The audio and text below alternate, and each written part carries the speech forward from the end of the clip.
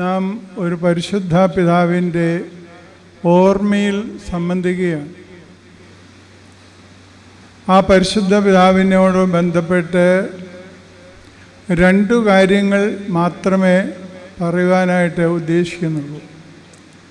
ഒന്ന്, അദ്ദേഹം പുണ്യം ചെയ്ത പിതാവ്. എന്താണ് പുണ്യം ചെയ്തത് എന്ന് പറഞ്ഞാൽ, എല്ലാവർക്കും കിട്ടാൻ സാധ്യതയില്ലാത്ത നിയോഗമാണ് അദ്ദേഹത്തിന് ലഭിച്ചത്.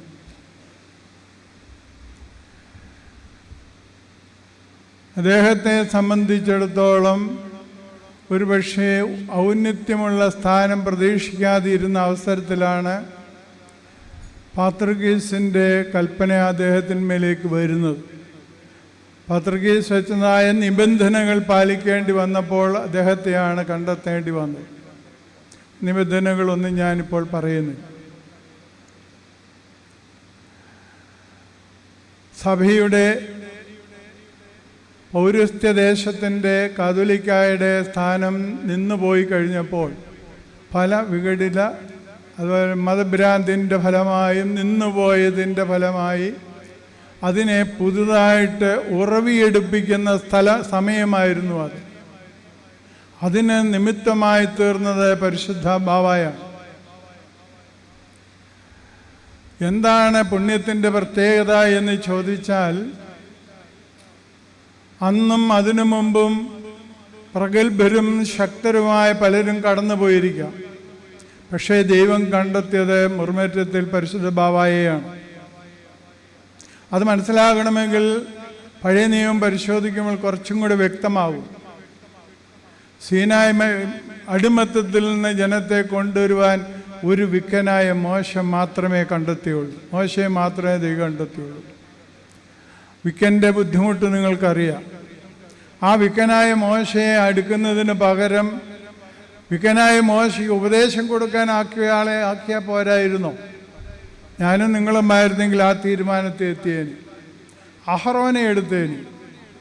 അഹ്റോൻ വാക്ചാതുര്യമുള്ള ആളാണ്, മിടുക്കനാണ്, സുമുഖനാണ്, എല്ലാം കൊണ്ടും കൊള്ളാവുന്നവനാണ്.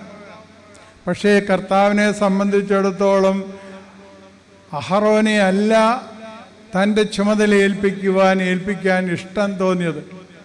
എൻ്റെ നാവ് തടിച്ചതാണെന്ന് പറഞ്ഞപ്പോൾ കൂട്ടിന് അഹ്റോനെ കൊടുക്കുകയാണ് ചെയ്തത്. ദൈവത്തിൻ്റെ തീരുമാനത്തിൻ്റെ പ്രത്യേകത അറിയണമെങ്കിൽ സീനായ് മലയിൽ ജനം പറഞ്ഞപ്പോൾ മോശ കുറച്ച് ഒരാഴ്ചത്തേക്കിന് 40 ദിവസത്തേക്കിന് ദൈവത്തിൻ്റെ സന്നിധാനത്തിലേക്ക് കയറിയപ്പോൾ ഉത്തരവാദിത്വം കിട്ടി. ആ ഉത്തരവാദിത്വം കിട്ടിക്കഴിഞ്ഞപ്പോൾ ജനം പറഞ്ഞു, ഒരു കാളക്കുട്ടിയെ വേണം, ഞങ്ങൾക്ക് ഒരു ദൈവത്തെ വേണം. മോശയെ ഇപ്പം കാണാനുമില്ല, അതുകൊണ്ട് ഞങ്ങൾക്കൊരു ദൈവത്തെ ഉണ്ടാക്കി തരണമെന്ന് പറഞ്ഞപ്പോൾ അവരുടെ ഇഷ്ടത്തിന് അവർക്ക് ഇഷ്ടപ്പെട്ട ഒരു സംഗതി ഉണ്ടാക്കി കൊടുക്കുവാൻ അഹ്റോൻ സന്നദ്ധനായിരുന്നു. ദൈവത്തിൻ്റെ വിളിയിൽ അങ്ങനെയല്ല.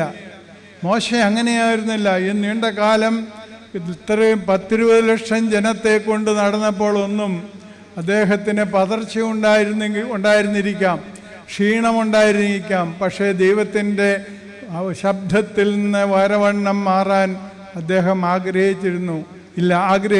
അതുതന്നെയാണ് മോശയുടെ പ്രത്യേകത.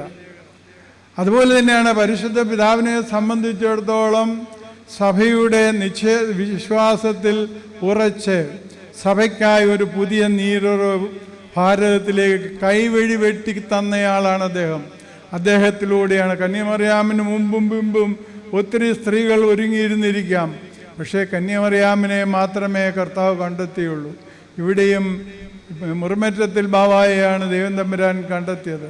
അപ്പോൾ നമ്മൾ ഓർക്കും, പുണ്യം ചെയ്ത മനുഷ്യൻ എന്താണ് ഇത്രമാത്രം പീഡിയും പ്രശ്നവും പ്രയാസവും എന്ന്. ഒത്തിരി സ്വന്തക്കാർ പോലും, പ്രിയം വെച്ച ദേശക്കാർ പോലും അദ്ദേഹത്തോടെ നല്ലതല്ലാത്തതാണ് ചെയ്തതെന്ന് ഞാൻ പറയാതെ നിങ്ങൾക്കെല്ലാവർക്കും അറിയാം.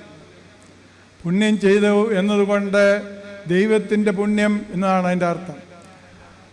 ഈ ഗ്രിഗോറിയോസ് തിരുമേനി അതിനെക്കുറിച്ച് പറയുന്ന മൽക്കൂസോന്ന പുണ്യം എന്നല്ല, രാജ്യത്വത്തിൻ്റെ സ്ഥാനം, അതിലേക്ക് ദൈവം തമ്പുരാൻ വിളിച്ചടുപ്പിച്ചതാണ്.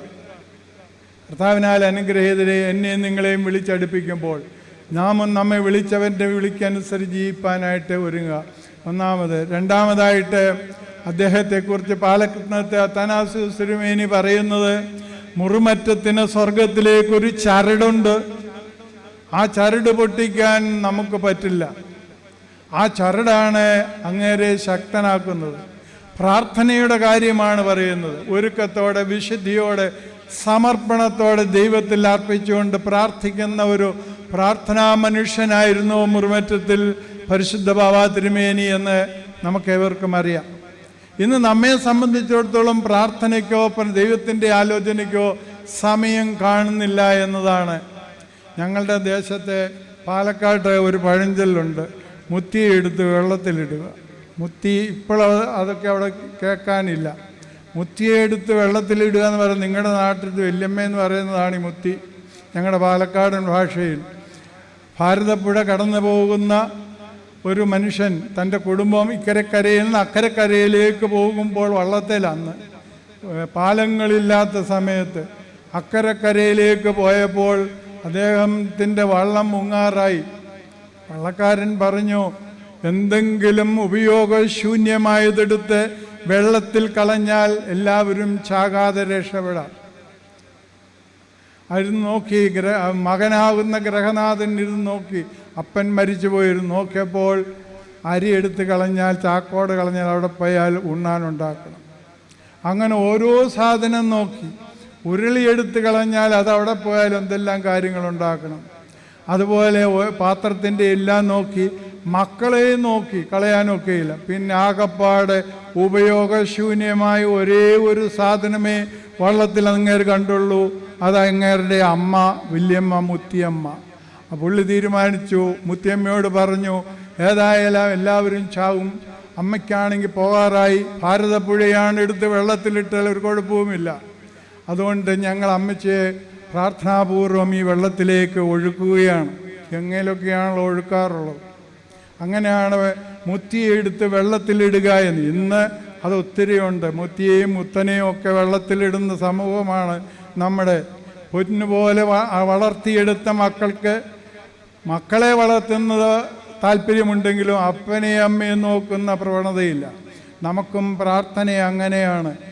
ടി വിയും സീരിയലും എല്ലാം കണ്ട് പിള്ളേരെ പഠിപ്പിച്ച് എല്ലാം കണ്ടു കഴിഞ്ഞാൽ പിന്നെ പ്രാർത്ഥിക്കാൻ എവിടെ സമയം? അത് പലപ്പോഴും പറയുന്ന ഞങ്ങൾക്കും അത് ബാധകമാണെന്ന് ചിലപ്പം എനിക്ക് തോന്നാറുണ്ട്. പ്രാർത്ഥിക്കാൻ സമയം കണ്ടെത്താതിരിക്കുന്നതാണ് ദൈവവുമായുള്ള ബന്ധത്തെ ഛേദിച്ചു കളയുന്നത്.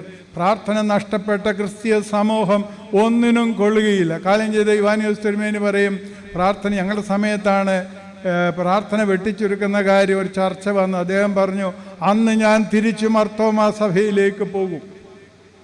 കർത്താവിനാൽ അനുഗ്രഹീതരെ, പ്രാർത്ഥനയില്ലാത്ത സമൂഹം ഓർത്തഡോക്സ് സമൂഹമല്ല. ദൈവത്തിൻ്റെ ആലോചന കഴിക്കാത്ത സമൂഹം ഓർത്തഡോക്സ് സഭയല്ല, അത് വേറെ എന്തോ ആണ്. അതുകൊണ്ട് ഈ പരിശുദ്ധ പിതാവിൻ്റെ ഓർമ്മ ദിവസത്തിൽ ഈ രണ്ട് കാര്യങ്ങൾ മാത്രമാണ് നിങ്ങളുടെ സ്നേഹത്തോടെ ഓർമ്മപ്പെടുത്തി. ഒന്ന്, അദ്ദേഹം പുണ്യം ചെയ്തവരാണ്. എന്നെ നിങ്ങളെയും ദൈവം തമ്പുരാൻ ഏൽപ്പിക്കുന്ന കർത്തവ്യങ്ങൾ. അദ്ദേഹത്തിന് ഒരു നാൽക്കവലയിൽ നിന്നാണ് ഒരു ചുമതല മാറ്റം കിട്ടിയത്. മോശയ്ക്കും അതുപോലെയാണ്, ഒരു അടിമത്തിൽ നിന്ന്. പിന്നെ വന്നവരൊക്കെ നേതാക്കന്മാരായിരുന്നിരിക്കാം. പക്ഷേ ഇങ്ങനെ പുണ്യം ചെയ്ത ജോലികൾക്ക് എന്നെ നിങ്ങളെയും ദൈവം തമ്പുരാൻ വിളിക്കുമ്പോൾ അതിനനുസരിച്ച് സമർപ്പിച്ച് ജീവിക്കണം.